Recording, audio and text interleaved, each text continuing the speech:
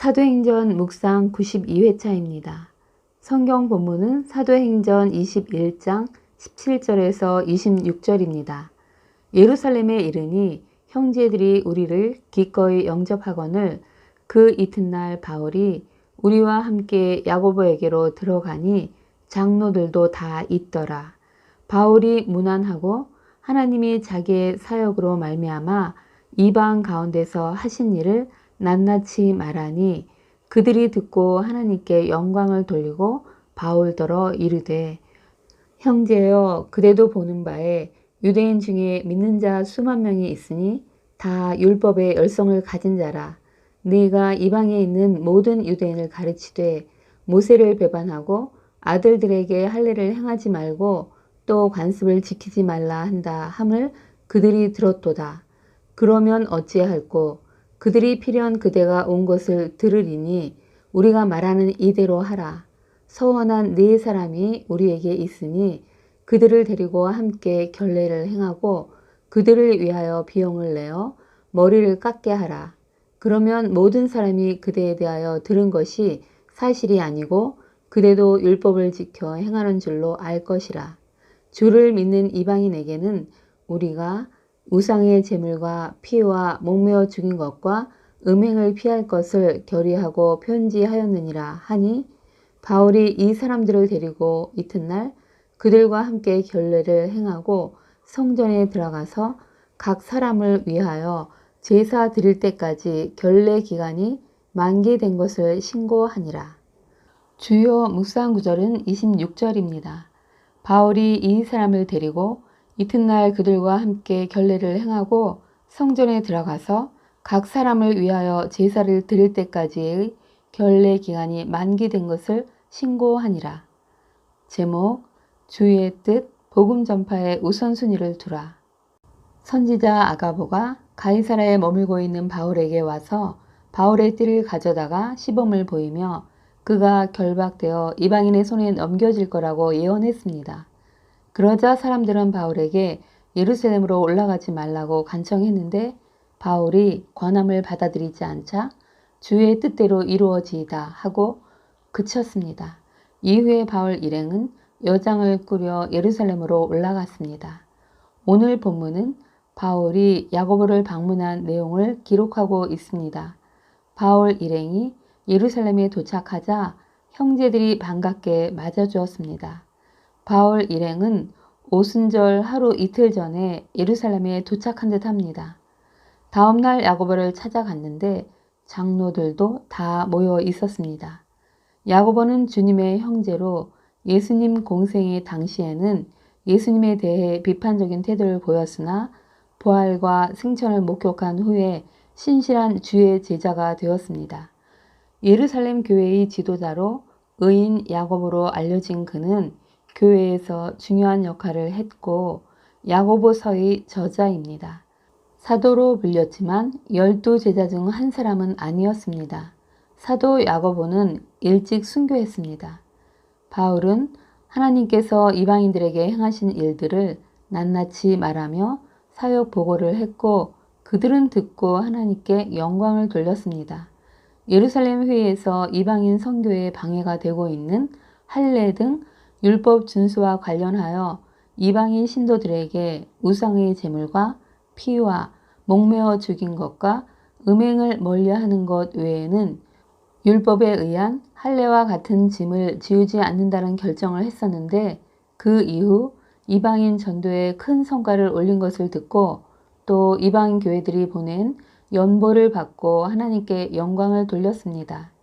그들은 바울에게 유대인 중에 믿는 자가 수만 명인데 그들이 다 율법의 열성을 가진 자인데 바울이 유대인에게 모세를 배반하고 자녀들에게 할례도 관습도 지키지 말라고 가르친다고 들었다고 말하며 당신이 이곳에 온 것도 들었을 터이니 다음과 같이 하자고 방법을 제시했습니다. 서원한 네 사람이 있는데 그들을 데리고 함께 결례를 행하고 그들을 위하여 비용을 지불하여 머리를 깎게 하면 모든 사람이 소문이 사실이 아닐 뿐 아니라 바울도 율법을 지켜 행하는 줄로 알 것이라고 했습니다. 나실인 소원을 한 자들은 30일 동안 포도나무에서 나는 수산물을 먹지 않고 시체를 가까이 하지 않고 머리를 잘라서는 안 되며 30일 후에는 그 머리카락을 자르고 제물과 함께 태워 정결 예식을 치러야 합니다. 정결 예식은 오순절 절기 7일 동안 계속되었는데 수천 명의 유대인들이 곳곳에서 예루살렘으로 모여들어 축제를 즐겼고 모든 제사와 정결 의식을 행했습니다. 이에 바울은 지도자들의 말에 동의하고 서운한 자들을 데리고 결례를 행하고 성전에 들어가서 각 사람을 위하여 제사 드릴 때까지의 결례 기간이 만기된 것을 신고하였습니다. 바울의 이러한 태도는 평소 그의 주장과는 다르게 행동한 것으로 보입니다. 사실 바울은 유대인이 할례를 압박해 오매도 디도에게 할례를 받지 않게 했었고 또 압박이 없을 때에 아버지가 헬라인인 디모데에게는 그가 말씀을 전할 때 걸림돌이 되지 않게 하기 위해 할례를 받도록 한 적이 있습니다.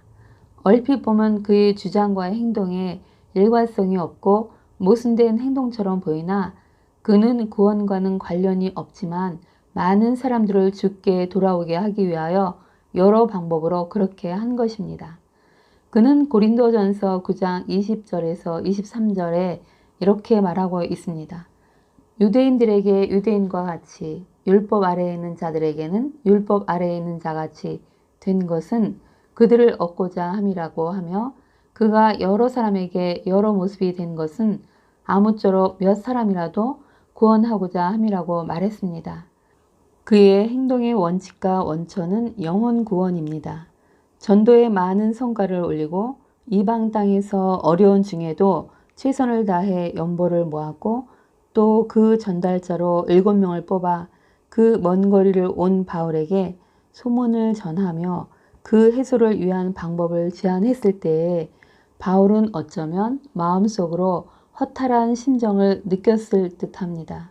그러나 그는 실망하거나 분을 낸 기록은 없고 복음을 위해 그들의 제안을 받아들이고 실행합니다. 주님의 일을 할 때 먼저 무엇을 우선순위로 정하고 어떻게 행동해야 하나를 생각합니다. 복음의 진리는 절대로 훼손해서는 안 되지만 말씀에 위배되지 않고 구원에 영향이 없는 부분에서는 굳은 마음으로 나의 개인적인 가치관을 고집하는 것이 아니라 주님의 뜻, 즉 영혼을, 생명을 구하고 살리는 방향으로 생각하고 행동해야 함을 다시 깨닫게 됩니다. 저희의 생각의 토대가 행함의 기준이 주님의 말씀이고 영혼 구원과 하나님으로부터 오는 사랑이게 하옵소서. 그렇게 인도해 주시길 기도합니다. 아멘. 오늘을 사는 지혜. 주님, 주의 뜻, 영혼 구원을 위한 복음 전파를 우선순위에 두었던 바울. 그는 자신에게 유익하던 것을 그리스도를 위하여 다 해로 여기고 그 모든 것을 잃어버리고 배설물로 여기고 그리스도를 얻고 그 안에서 발견되려 한다는 마음을 가지고 있었습니다. 생각과 행함의 기준이 그리스도를 얻는 것이 되어야 함을 다시 마음에 새깁니다. 오늘은 나의 생각과 행함의 기준을 다시 잡아주는 날입니다. 나의 마음이 상하거나 슬펐던 것, 허탈했던 것을 주님을 얻는 것을 기준으로 삼아 상대의 영혼을 구원하는 입장에서 바울의 원리를 적용해 보는 것도 좋을 듯합니다. 그리하여 주님으로부터 칭찬받는 날이 되시길 축복합니다. 아멘. 기도 제목.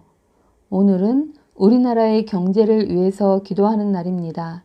경제가 발전하길, 이를 위해 애쓰고 수고하시는 기업, 기업가, 산업 현장, 또 사회 각 분야에서 일하시는 분들이 안전한 가운데 힘을 내서 일하도록 기도하시면 좋을 듯합니다.